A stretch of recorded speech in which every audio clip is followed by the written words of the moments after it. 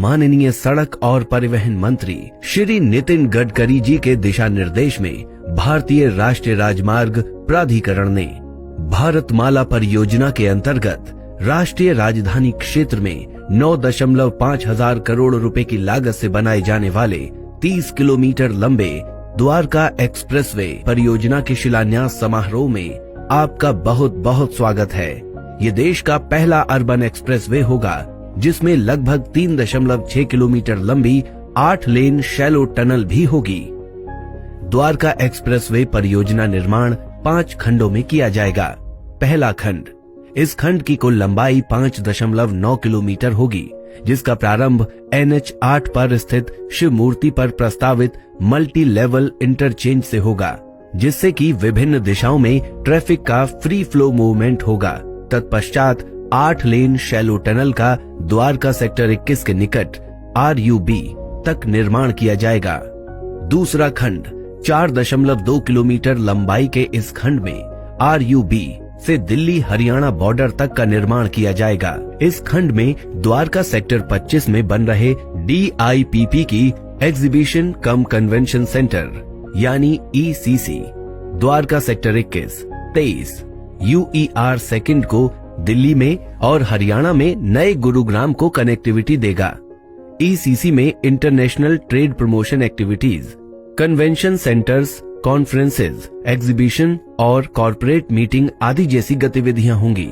इस खंड में दिल्ली बॉर्डर पर 34 लेन टोल प्लाजा का भी निर्माण किया जाएगा, जो इलेक्ट्रॉनिक टोल कलेक्शन एवं गेटरी बेस्ड टोलिंग जैसी तकनीकियों पर आधारित रहेगा और डिजिकरण को भी बढ़ावा देगा। द्वारका एक्सप्रेसवे प्रोजेक्ट में दिल्ली में लगभग 1.3 लाख पेड़ों का वृक्षारोपण किया जाएगा, जिसके लिए DDA को 78 करोड़ रुपए दिए जाएंगे। तीसरा खंड, इसमें बॉर्डर से बसई ROB तक 10.2 किलोमीटर लंबाई में निर्माण किया जाएगा। इस खंड में 8.5 किलोमीटर लंबे 8 लेन फ्लाईओवर का निर्माण किया जाएगा। स्थानीय यातायात को सुगम बनाने हेतु द्वारका एक्सप्रेसवे पर यातायात को अंडरपास, सतही एवं फ्लाईओवर से 3 भागों में विभाजित किया गया है, ताकि यातायात इस तरह से चले कि उपयोगकर्ता अपने गंतव्य तक निर्बाध एवं सुरक्षित रूप से पहुंच सकें।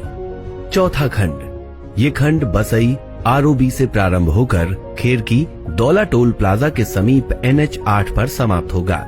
इसमें बसई ROB के चौड़ीकरण के साथ ही साथ IMT मानेसर एवं सेक्टर 88-84 की ओर मोड़ने के लिए ट्रम्पेट इंटरचेंज भी प्रस्तावित है।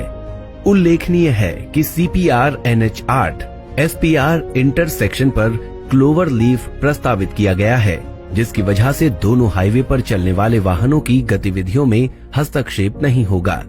पांचवा खंड, इस खंड में इंदिरा गांधी अंतर्राष्ट्रीय इंटरनेशनल हवाई अड्डा को एक डीप टनल से द्वारका एक्सप्रेसवे से जोड़ना प्रस्तावित है, जिसकी विस्तृत परियोजना रिपोर्ट बनाई जा रही है। द्वारका एक्सप्रेसवे में कुल 20 से अधिक ब्रिज अथवा flyover, 2 railway overbridge, underpass, 11 vehicle underpass एवं 20 भूमिगत पैदल पार पथ का प्रावधान किया गया है।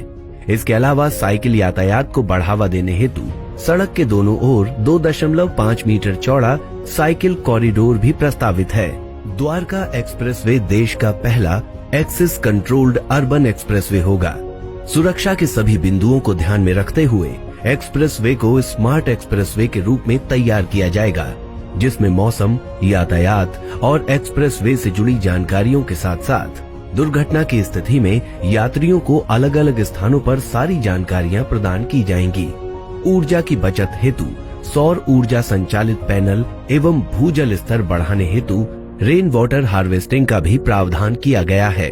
द्वारका एक्सप्रेसवे के पूर्ण होने के पश्चात इस क्षेत्र का विद्युत गति से विकास होगा एवं इस क्षेत्र के वायु प्रदूषण स्तर में भी काफी कमी आएगी एवं कीमती ईंधन की भी भारी बचत होगी।